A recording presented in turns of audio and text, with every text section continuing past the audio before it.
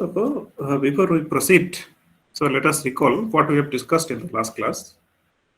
In the last class, we have seen that vectors can be thought as a row or as a column of a matrix. So if we consider them as a row, then we will get a row vector. Or if it is, if we consider the columns, then we get a column vector.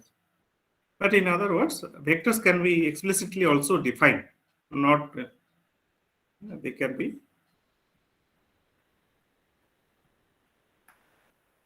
defined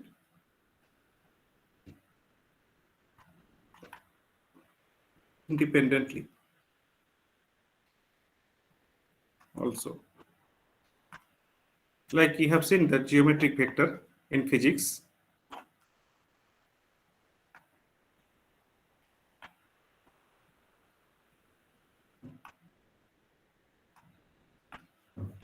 Then in computer science we get we call it array, but in for mathematical we call it a n tuple.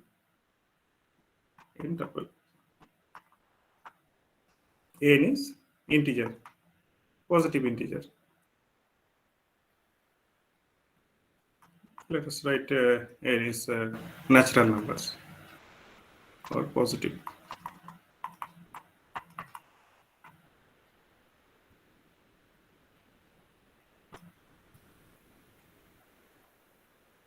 So this is, we write it as a,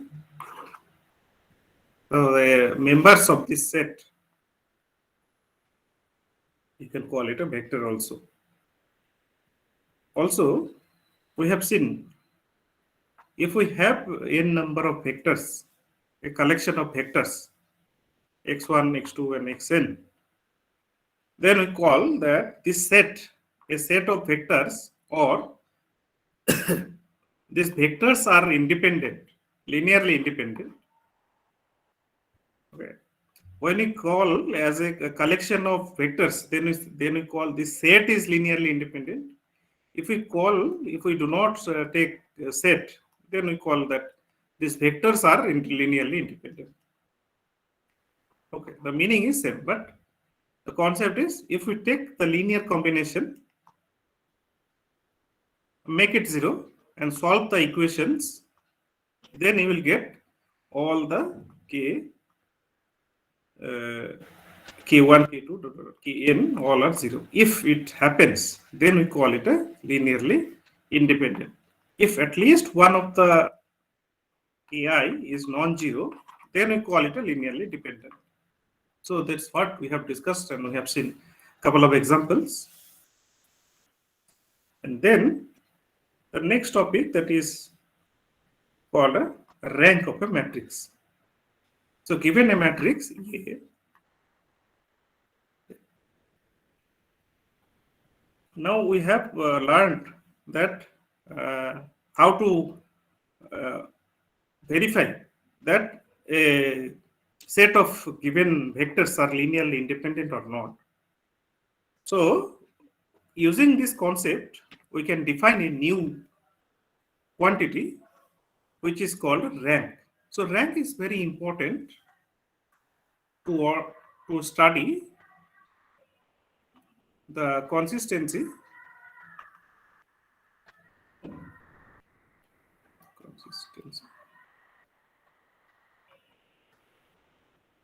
of a system of linear equations. Okay. This rank will be very, very important, because when we have a system like this, a11 x1 plus a12 x2 plus a13 x3 equals to b1, then a21 plus x1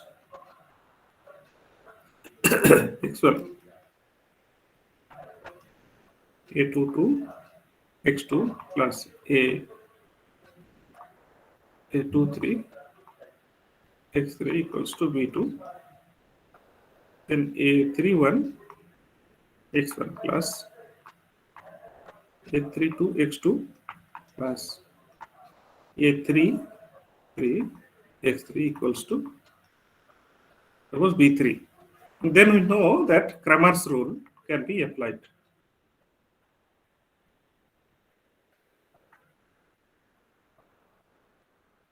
Depending on some issue. But if we have a large, if the matrix, okay, the system, it can be solvable if we have a number of equations equals to number of variables. But if we have a different situation, for example, we cannot use the concept of determinant, then how to solve the system? Whether the solution will exist. If solution exists, how many solutions will be there? Unique solution, infinite solution, or no solution? So this type of studies can be relate. This rank will be useful to study the system of linear equations. So what is the rank of a matrix? The number of independent row or the number of independent columns of A, this matrix, is called the rank of a matrix A. Now, how do you calculate? As you have seen that collect all the row 1, row 2, and row M. Now, if all the rows are independent, then we call it a rank of this matrix is M.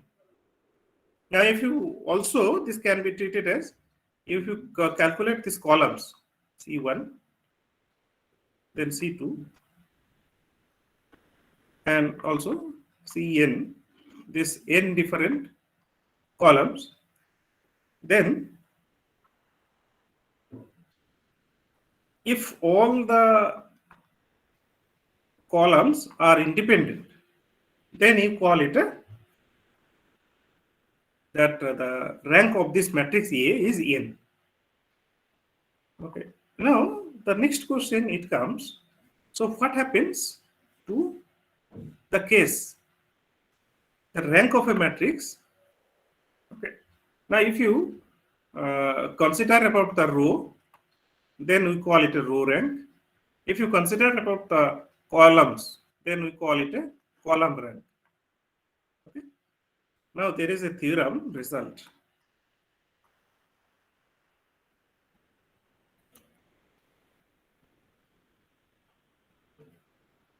That row rank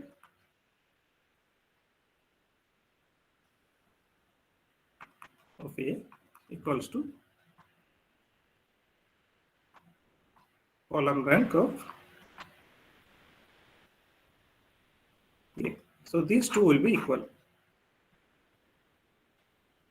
So that is actually the rank of a matrix is, that is why when we define, that is why we have said that either you consider as row, independent rows, number of independent rows, or the number of independent columns. Okay. So this is known as rank of A. Now this rank of A is bounded by maximum number of, not maximum, it is minimum of, okay, it can be, it can go up to maximum number of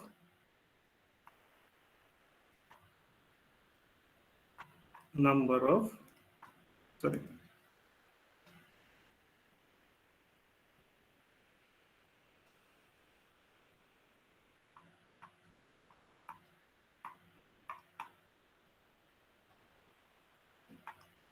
or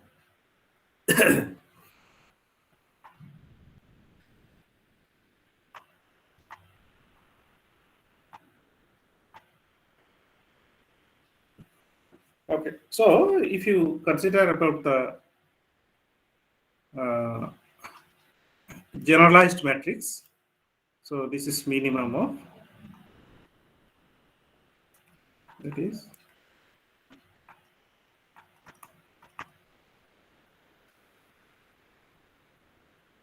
so for this case, minimum will be minimum of, what is it? M, comma n. M rows, n columns. So if you consider about one example here, if you consider about this matrix, so we have here 3 rows. Row 1, row 2, and row 3. We have column 1, column 2, column 3, column 4, and column 5. So the rank of this matrix, this particular matrix, will be bounded by, what is it, minimum of 3 comma 5. So this is nothing but 3, because we know that row rank and the column rank are equal for a particular matrix, but we have only 3 rows here, but we have 5 columns. So you can see that if you consider, if 3 vectors, these 3 vectors are 3 columns, okay, then you can see that any one of them can be represented in terms of the 3. That means these vectors are actually dependent vectors. If they are dependent, like we have discussed in the last class, that the vectors are dependent, that means you can write it in terms of the other vectors. So that's what the concept is. Now again, this finding this type of finding the number of independent rows is very difficult for a large system. Although you can, even if you try using the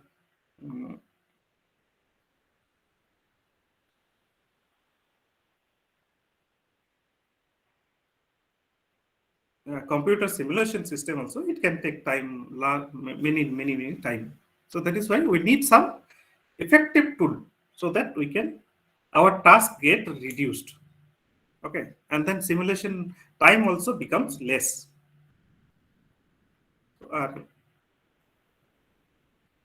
This is here, P2, P3, column 1, column 2, column M, and then column N. Okay. Now, at the very beginning of this course, let me tell you that this course is actually designed, whatever you have qualified JEE mains. Some of you may be qualifying the advanced also. There you have solved so many problems. Okay. But from now onwards, that was a competitive exam. So that is why, in order that your school level and whatever, if you have studied coaching level, coaching classes, if you have attended coaching classes, there you have solved so many problems, and then maybe you have thought less. But from now onwards, you have to think. It is not. It is also important how much you, how many problems, how many topics you learn, how many topics you cover.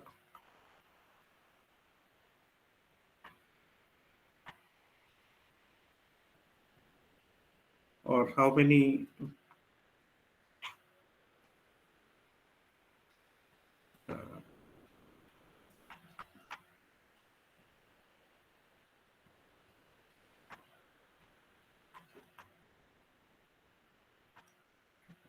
much.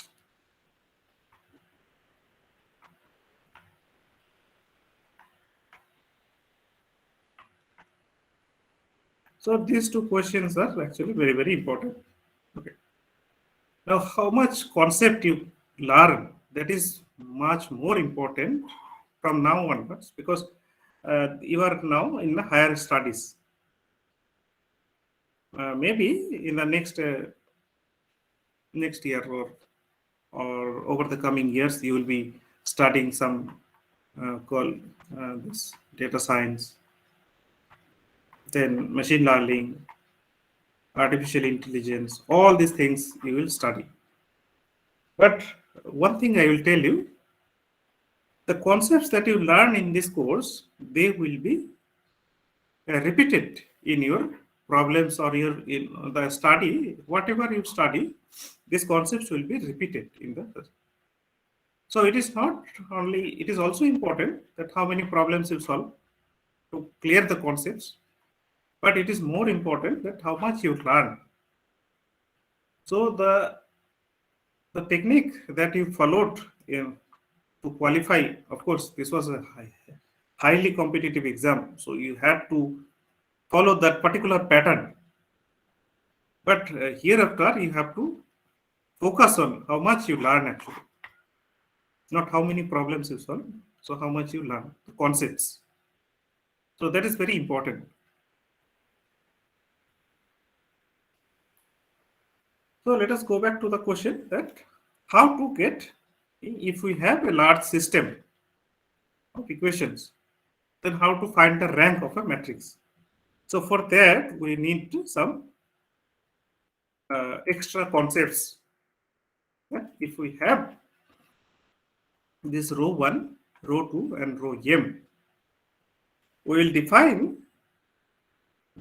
some operations, row operations, we call them as elementary row operations. Elementary row operations. So there are 3 elementary row operations. First one is row exchange. You have already learned. So let us, the concepts will be repeated. So what is row exchange? If you change, depending on our need, if we have to change the row orders, then we write it in this form. Ith row is replaced by the jth row, and jth row is replaced by the ith row. So row exchange. Okay. Although this is, you may be familiar with this concept, so let us recall these concepts. But then row scaling. Remember, this vectors, we are considering row as a vectors, and we have seen that vectors can be added. Vectors can be added. Vectors can be scaled. Here is another first property. Vectors can be interchanged with each other. So the first concept, say elementary property 3. So if the question is how many row operations are there, then the answer will be 3. There are only 3 elementary row operations. Okay. So the second property, elementary row operation, is scaling. So replace Ri by a non-zero multiple of Ki to itself. That means you are replacing that Ri. Why we do this? Because we need to find the rank of a matrix. Why the rank is important? Because we want to study the structure of the system of the linear equations. Whether we have many solution or unique solution or no solution. So in order to find the rank, you must have some effective tool. So these row operations are important to find out the rank. And then this row addition. So replace Rj by sum of a multiple of Kri, or yes, that means the jth row is replaced by the old, this is, you could call it, this is new row, and this is old, and plus some k times Ri row. Okay. Now, for example, if you apply this interchange, then the matrix will be of this form as a simple task. So R1 is replaced by exchange with this elementary operation 1. Okay, so R1, this is 0, 5, 9 minus 1. And then it is same where 3, 6, 1, 2. And then 1, 5, 9, 8. So that's what the answer will be. This is row operation, elementary row operation 1, E1. Now, if you apply E2, sometimes we will write this type of, or some textbook will use this E1 or E2 just after defining E1 and E2, they will just do in this form. So what happens? R2 is replaced by 5 times R2, scaled. So everything is same. So let us write 3, 1, 7. Then 5 times R2, 5 times. We are multiplying with 5 times. So 5 times 1, 5. 5 times 8, 40. 5 times 5, 25. And then the third row remains same. 4, 1, 3. So that is what for applying E2. Now if you apply E3, elementary operation 3, then what happens? R4, we are multiplying, we are replacing with R4 plus. So R4 new, you can write, you can think new, this is old. So let us write 1, 2, 2. Another 2, 2. So 5 by 4 order. And all the other are same. So let us not bother about. So 0, 0, 1, 1, 1, 1, 1, 2, 3, and 4. Now R4 is replaced with R4 plus 4 times R2. So that means 5 plus 4 times 0. 0 is here. So this becomes 5. And then the second quantity is 4 plus 5, 4 times 0. So this becomes 4. So 3 plus 4 times 1. So this becomes 7. Similarly, 2 plus 4 times 1. So 2 plus 4 times 1, 2 plus 4, that is 6. Similarly, 1 plus 4 times 1. So this becomes 5.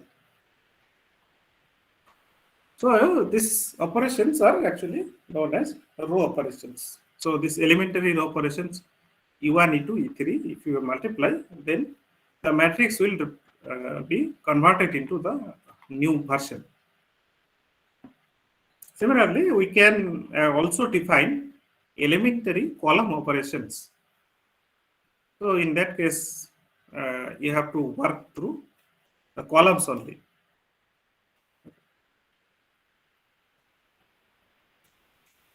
Now, there is a concept called row equivalent matrix. Row equivalent matrix of A. So when we call a matrix B given A with the help of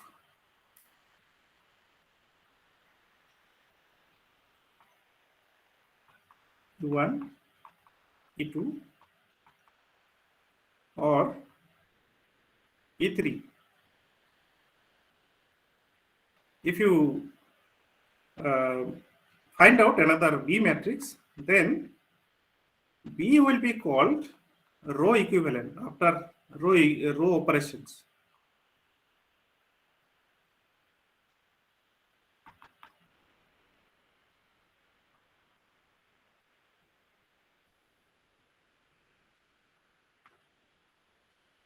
B will be called row equivalent if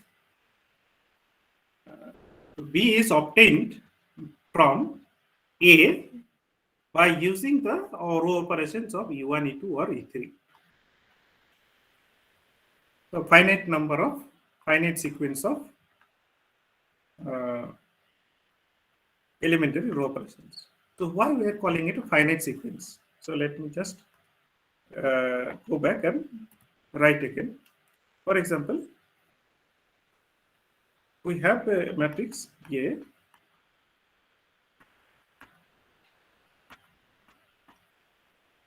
Suppose A matrix. Then in the first step, for example, you you operate using elementary row operation 1. Then you will get one matrix. For example, if you need, maybe you can apply E2, E1 again. After that, you may be applying E2. Again, you may apply some E3. Maybe after that, you get some again E1 to get some matrix called B. Now, if there are finite numbers, if here it is 1, 2, 3, 4, and 5. Within 5 row operations, we get B matrix. So B is row equivalent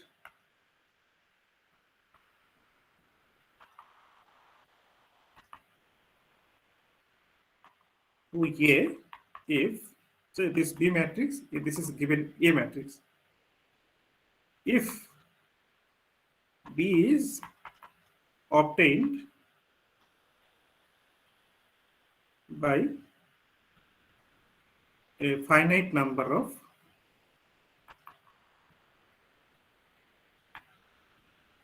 elementary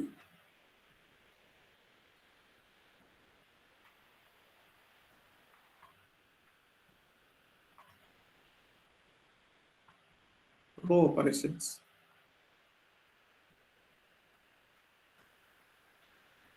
Okay. So the sequence here, the row sequence operation elementary sequence is E1, again E1, then E2, then E3, and again E1. So that is our sequence. So if you have all the ideas, and then you can say that directly A is a given matrix. From here, you apply E1, again E1, and then E2, then E3, and then E1 again, and you get B. When all the steps are known, you can directly write that A is row equivalent to B, and B is row equivalent to A also. Because with the same row operations that you can get back to the original matrix. So B is row equivalent to A. So as you can see that as an example, every matrix is the row equivalent to itself. A is, and if they are row equivalent, then we write this tilde symbol. This symbol will be available in your keypad, see, in your what is it called? Just below, if you are using the laptop or computer keyboard, just below the ESC, escape keypad. Okay, so this is tilde symbol. When we call it a B is equivalent, row equivalent to A, then we write in this form. If they are equal, then we write equal symbol. If they are equivalent, then we write of this kind of symbol. Now A is equivalent, row equivalent to B, and then B is also row equivalent to A. As you can see that if you have achieved B from A, then you can get back to A also. So that is why if A is row equivalent to B, then B is also row equivalent to A. And then there is a concept called if A is row equivalent to B, and then B is row equivalent to C, then we have A is by transitive property. Then A is also row equivalent to C. So that means given these two, it is also given. So from here you can conclude this one. Okay. Now before we proceed further, there is another definition. What is a zero row of a matrix? So if a row of a matrix having all zeros, then we call it a zero row of a matrix. All the zeros. A non-zero row, if at least one is non-zero, all others are at least one is non-zero. We are not talking about others. Then it is non-zero row. So all entries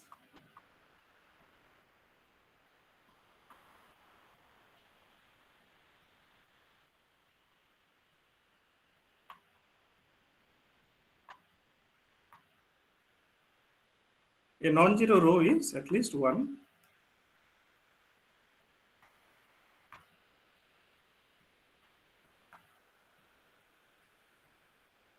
entry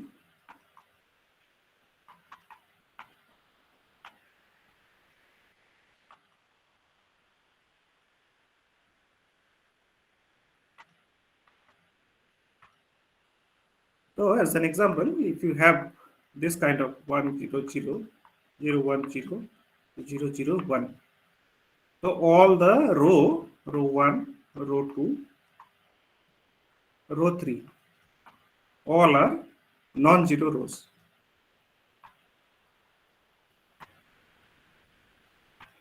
But if you have 0 0 0 0 0 0 0 0 1, then row 1 and row 2 are zero rows, but row 3 is non-zero.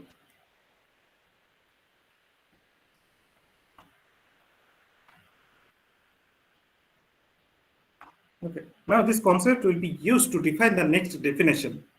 So what is that next definition? It is called row echelon form. A matrix is said to be in its row echelon form. In brief, in short form, we call it REF. Okay. If the following two properties are satisfied. So property 1 says all zero rows, if any, if there exists a zero row, they are at the bottom of the matrix. Okay, so here you can see this second matrix has a zero row, and here we have two zero rows. Where they will lie? Property 1 says they will lie at the bottom of the matrix. So this is bottom of the matrix. Okay, so they are bottom of the matrix. So property 1, if it satisfies.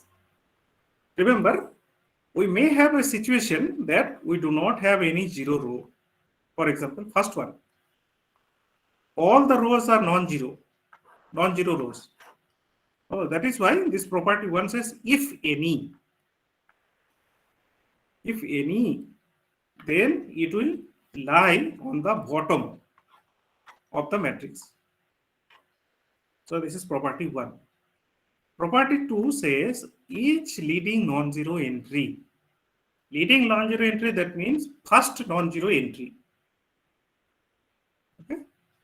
In a row is to the right of the leading non-zero entry in the previous row. So if you think about the previous, for the first row, there is no previous row. So if you consider about this one, the first leading non-zero entry for this matrix, the next each leading non-zero entry in a row is to the right of the leading non-zero entry of the previous. So if you consider about the row 2, second row, So this is our first non-zero entry of the row 2, and it is to the right.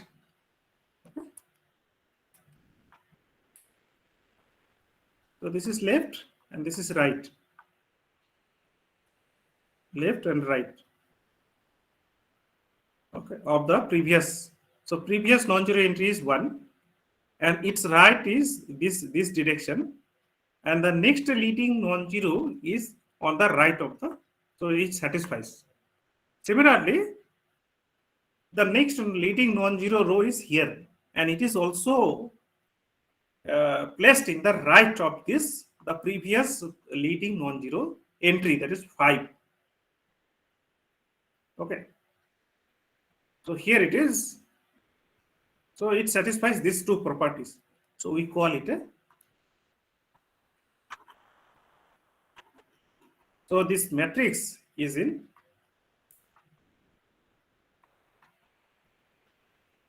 REF. So this matrix is in row echelon form. How about this matrix, whether it is row echelon form or not? Of course it is, because it satisfies property 1, the 0 row at the bottom, and the each leading row, each leading non-zero entry. Say here, first row having 1 here. Then the right of this is here. So this is right. Okay. The next non-zero, if suppose 3 is written here, 3 and 0. Okay. Then this is not in the form of REF, row echelon form, because the next non-zero is not on the right. It is just below the previous non-zero, leading non-zero entry. So if it is, if this 3 is here also, then also it is in the row echelon form. Okay. For row echelon form, you just need to satisfy these two properties. So this is also in REF. Or you can call, this is also is a REF. Is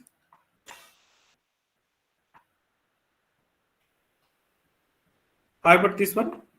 This is also, it satisfies, it is having 2 0 rows, but they are at the bottom, satisfies property 1. How about property 2? First leading row, first leading non-zero entry, and then the second leading non-zero entry, it is on the right of the previous non-zero leading entry. So this is also a row echelon form.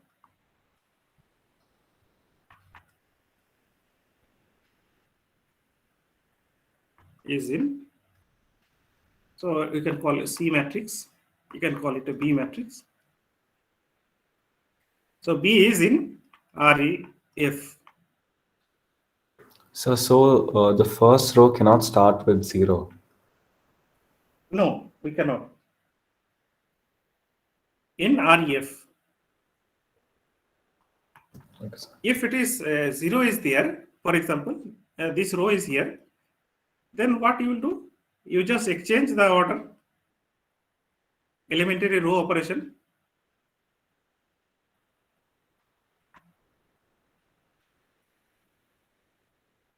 Yes, what you observed is right.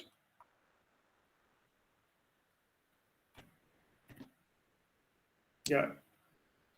The next remark is the same. Whatever you have asked, the remark says, if we have M by N matrix, then if A11 position,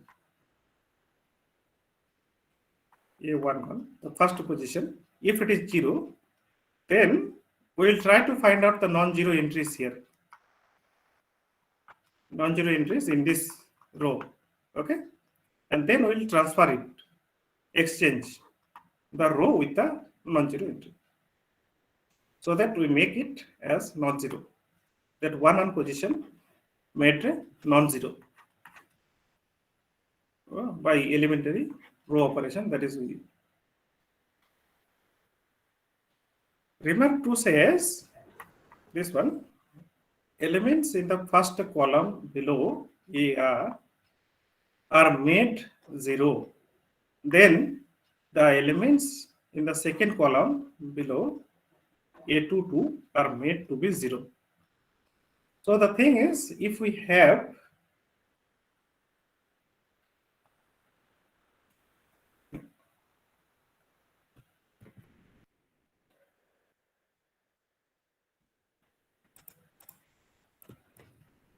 so the remark says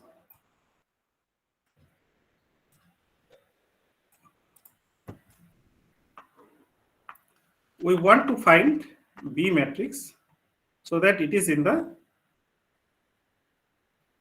we want to find that row echelon form. To find the row echelon form, what we need is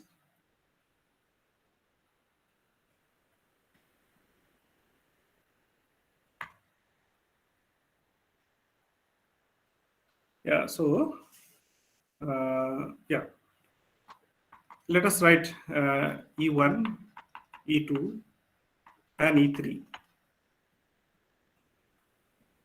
A11. What we need? We need 0, 0, 0. All the entries below A11 is 0. So how do we do that? Elementary row operation 3. It says that Rj is replaced with Rj old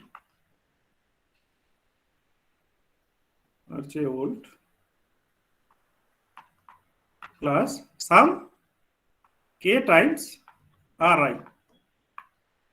For example, Ri is I equals to 1. Okay. And then you want to, for example, let us write here 5, all others are given here. And then here it is the 10 and all these things are given. So how do you do that? So if you want to make, suppose this is 5 and this is 10, then you keep it as it is, and this A2 is replaced by this row 2 is replaced by row 2 minus, or you can say plus, minus 2 times R1.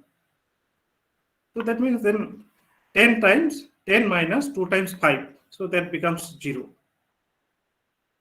Okay. So in this way, all the thing is similar to, if you recall, the concept of the Gaussian elimination. Have you studied this Gauss elimination process?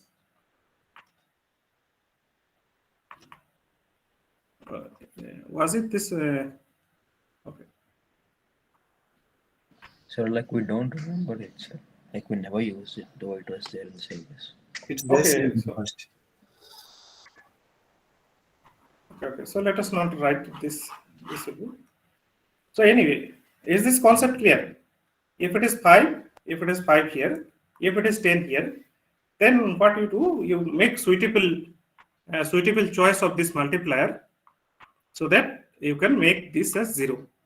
Even if it is a 7 or something else, for example 12, then you have to make it so in such a way that if this is, for example, 12, then you make some suitable multiplier so that it becomes 0. The main task is to whatever A11 is there, below that every entry should be made 0, and same process will be followed for A22, and then all these are 0. Similarly, here it is, after finding this one, all this is 0. So that means automatically this 0 row, if exists, will be at the bottom of the matrix. So this is how we will try to find out. Similarly, we can define column echelon matrices. So these are basic concepts that we will discuss in the next class also. Let me just remark another fourth remark is that if A is a square matrix, then the REF is an upper triangular matrix, and then the column echelon matrix is a lower triangular matrix. So if you remember 1 0 0 0 1 0 and 0 0 1. Okay, is it row echelon matrix, row echelon form? So the Yes. but the last row has to be like 0 0 0, right? No. If exist,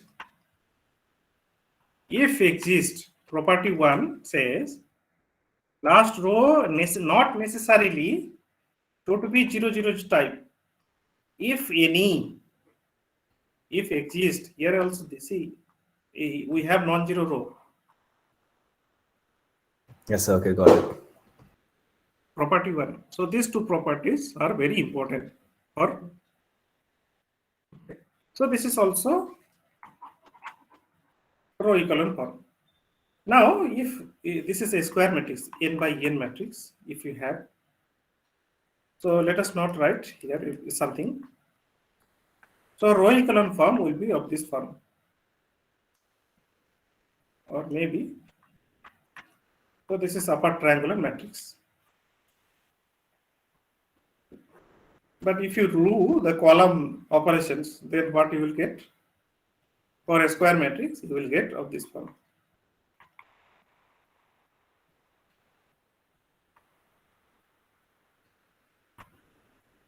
Then you will get this lower triangular matrix. Okay, this is a 3 by 3, a square matrix. Next,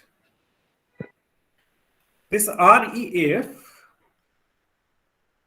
concept can be applied to verify whether a given three vectors are given n number of vectors are linearly dependent or not. So you can see that linear dependence independence is connected to rank. Okay, and this is also connected to the REF.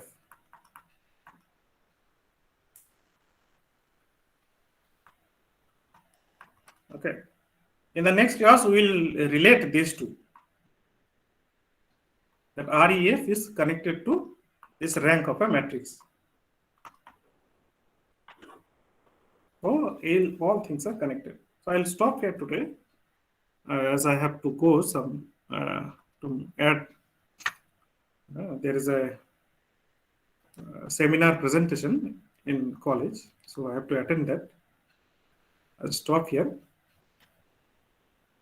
Okay.